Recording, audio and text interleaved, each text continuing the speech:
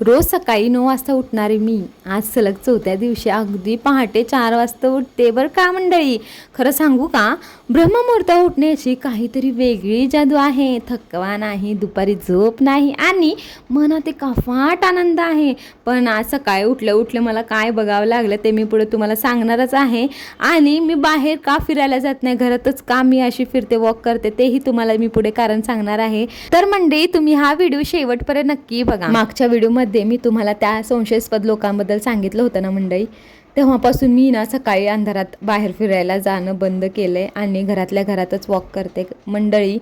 ज्यांचं घर रोडवर असतं ना त्यांना एक भयंकर त्रासाला सामोरे जावं लागतं का, म्हणजे मला तर जावं लागतं कारण माझं घर रोडवर आहे.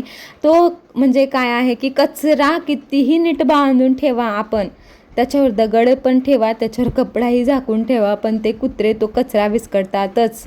आज सकाळी उठल्याबरोबर मला कचरा तो विस्कटलेला बघावा लागला आणि तो कचरा भरावा लागला. असं काहीतरी म्हणजे घर रोडवर असले की असा त्रास होतो.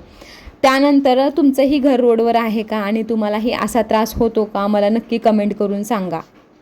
तर मंडळी आता मी त्या दिवसापासून मला बाहेर जाणं फिरणं हे भीती वाटते, कारण ते लोक चोर होते का नेमकं कोण होतं मला माहीत नाही. पण मी आता बाहेर म्हणजे 4च्या दरम्यान असं फिरायला जाणार नाही असं मी स्वतःला ठरवलं आहे. म्हणून मग घरातल्या घरातच फिरत असते. जोपर्यंत 5 पावणे 5 वाजत नाही तोपर्यंत मी बाहेर जात नाही. मग घरातलंच आपलं काही चुटपुट काम आहे ते सगळं करून घेते. हा सगळा कचरा म्हणजे भरून घेतला पिशवीत आणि चांगला असं स्वच्छ झाडले अंगण आणि पाणी टाकलं आणि छानपैकी आंघोळ उरकली. आधी मला रोज विकतची फुलं आणावी लागायची मंडळी, पण आता मी म्हणजे माझ्या घराच्या 2 पावलावरच फुलाचं झाड आहे, ते मी फुलांत अशी ताजी महाराजांना ताजे फुलं वाहण्याचा जो आनंद मिळतो ना त्याला तोड नाही. आज गुरुवार असल्यामुळं महाराजांना त्यांचा आवडता पिवळा रंग परिधान केला. सकाळी ही देवपूजा हे शांत वातावरण, ही नैसर्गिक हवा आणि चहू बाजूने पसरलेली पॉझिटिव्हिटी सगळ्यामुळे दिवसाची सुरुवात एकदम झकास होते मंडळी. खरं सांगते खरंच माझा अनुभव मी तुम्हाला शेअर करते. मी आधी उशिरा उठत होते, मला काही माहीत नाही, पण जो आता आनंद मिळतोय ना ते दुप्पटनी भेटतंय मला. खरं सांगते मंडळी, ब्रह्ममुहूर्तावर उठल्यामुळे माझी कामं योग्य वेळेत होतात.